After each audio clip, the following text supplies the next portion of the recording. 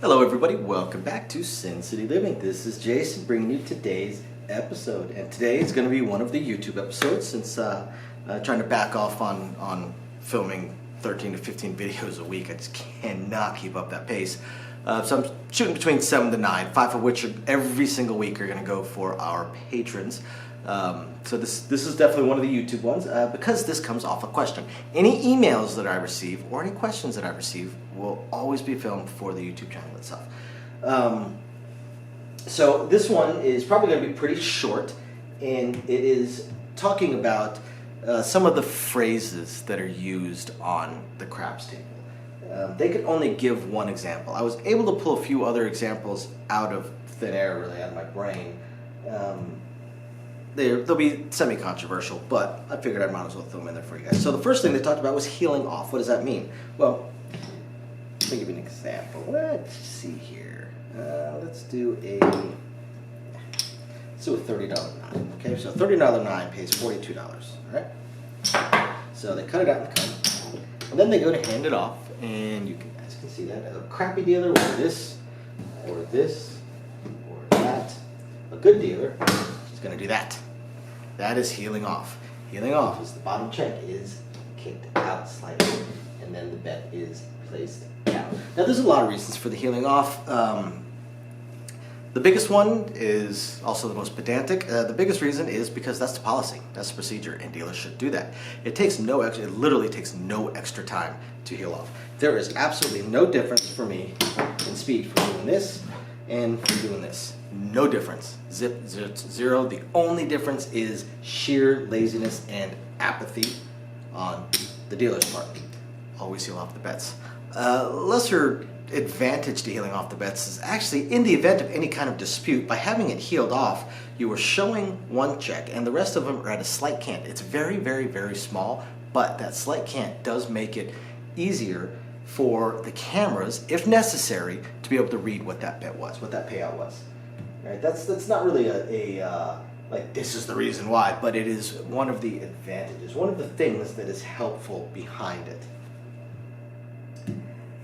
Now let me see, what else? So, okay, a couple of the other phrases. Some of these are ones that we actually will encourage people not to use. Right? Some dealers will say some of them, but they really shouldn't, and most dealers won't. The best dealers absolutely will not. First one, let me get an ET. No, but I'll give you an 11-12. Sure, almost everyone understands that ET means 11-12. However, you do have the opportunity for people to do what's called taking a shot. Right? What else starts with a T? There's all kinds of things that start with a T. 2, 3, 10. Right? So it does give some potential for it. It's also the reason why a good dealer should never book a buffalo, because it depends on where you come from in the United States. There's two definitions there's two commonly accepted bets called a buffalo. All the hard ways plus a yo, and all the hard ways plus a 7. So we don't book slaying. You should never book slaying. The other one, I hate it when someone says, let me get a 3-way. We'll just stare at them and go, 3-way what? I want a 3-way. 3-way what? Just quickly off the top of my head, I can think of 4 different 3-ways that are commonly bet. 3-way crap, 3-way 7, 3-way 6, 3-way 8. What exactly are you trying to bet? So we don't like slang. Now, the last few, and this is going to be a shorter video because there's really not that many phrases that I could think of that are lesser known or craps only or insider stuff. I'm sure that some they're just not popping out into my head because they're so everyday for me. So if you guys have any that always wonder about, please comment, email me, ask, put it on the Discord. And in fact, this video I got from the Discord, this idea for the video. So just let me know, and I'm more than happy to do it. So these last few are more insulting. So if you hear dealers using these phrases, it's not a good thing. The first one is string bet. String bet. String bettors are absolutely, utterly, completely, and totally despised. Absolutely despised. So what is a string better? Well, let's say I'm standing here, and I want to bet, say, the hard ways. Let me get a hard 4, and a hard 10, and a hard 6, and a hard 8. That's a string bet. What is so hard about? Let me get all the hard ways. Here's another one. Let me get all the hard ways. Want to be heavy on anything? No. Okay. One change. So the dealer gives him the change. He goes, let me get a 12. That's a string bet, and that's a stroke bet, and that's an asshole that nobody likes. At that point, the dealers now actively look at this person as an enemy. Whether that's fair or not, I can't really say, but unfortunately, it's reality. Which also leads into strokes, because that last bet is also a stroke bet. So here's a great example of a stroke bet. Let me get 44 inside. Cool. 6 change. Set up 44 inside. And then they push this back. Let me get heavy on the 6. So press the 6. Okay, could have told me that to begin with. Okay, there you go. And then they say, you get the 4 and 10. Alrighty, you got 5 change. You got the 4 and 10. Press the 9. Okay. Press my 6, 8. I am not kidding when I say that we have players that do this. 100%. Bet across in multiple bets. Press multiple times. 5 or 6 bets to get one bet out there. That is a stroke. That is a stroke. That is a stroker. Once again, this is a player that is not only are the dealers going to look at a player like this as an enemy, but players that string bet and stroke bet are actually very likely to speed up the table. Because the dealer is going to tell you, give me all your bets at once.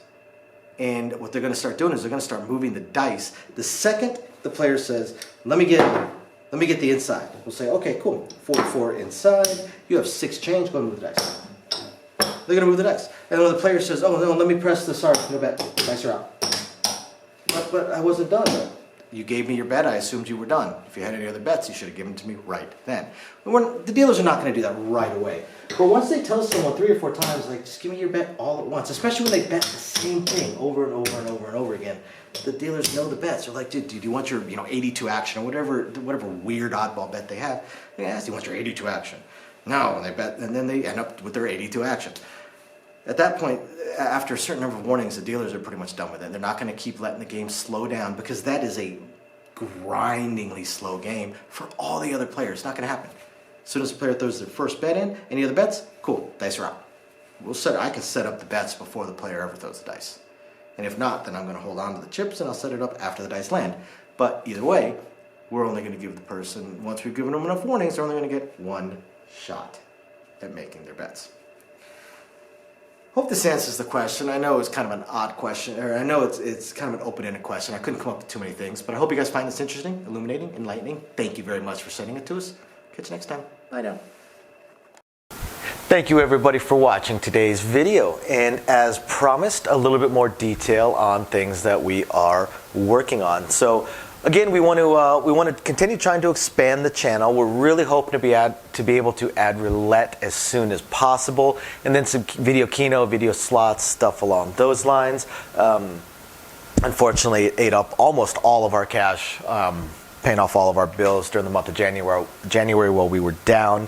And now that the holidays have ended, YouTube's payouts have dropped significantly. So we're kind of treading water here as far as all that goes. Do have a lot of things we want to add, though. Not just those things, those additional games, and hopefully some carnival games and such like that. But the live streams. The biggest problem right now with the live streams is with 3 jobs combined between the 2 of us, 4 if I include the 20 to 30 hours a week I'm putting into the YouTube channel. It's very, very difficult for me to have a day and time that I can commit to doing the live stream every single week, because we also have our very young child to take care of. But I'm trying to figure that out. I'm thinking it's probably going to end up being on Monday nights or Tuesday afternoons, or possibly both. I intend to do at least one live stream exclusively for our patrons, and then another one on the YouTube channel. So possibly both days. We also have a few other things that we really want to attempt to move forward on. I'm just running into either time or skill set issues. I do want to eventually have a website going for us. I did used to program websites over a decade ago. A lot of things have changed, and I just don't have that time. And not a whole lot of knowledge on the current state of building websites, hosting what sites can host, and how to build up the e-commerce stuff. So if anybody has any skill sets along those lines and would like to answer some questions or just help us out, shoot us an email, sincitylivingLV@gmail.com. Also, I really hope to be able to start adding some exclusive stuff from Sin City Living, logoed shirts, hats. I'm looking to get custom dice made, even custom layouts made, although those would be pretty expensive. But I know zero about e-commerce and drop shipping and anything along those lines. So if you have any skill or knowledge in that area, please email me. I would love to ask you some questions and see if you can answer a few to help me figure out how to get that going. Same thing with designing our logos. I had some logos designed, very, very small logos, unfortunately, not big enough to blow up to put on t-shirts and stuff like that. And again, I know I know nothing about logo design, graphic design, any kind of websites that could do it. I literally know nothing. So if you have any skill or knowledge in that area also, please email me, and you're willing to answer some questions, please email me and let me know. I'll admit I don't even know where to start as far as asking some questions, but I'm sure I'll ask a few, and that'll trigger a few more, so on and so forth.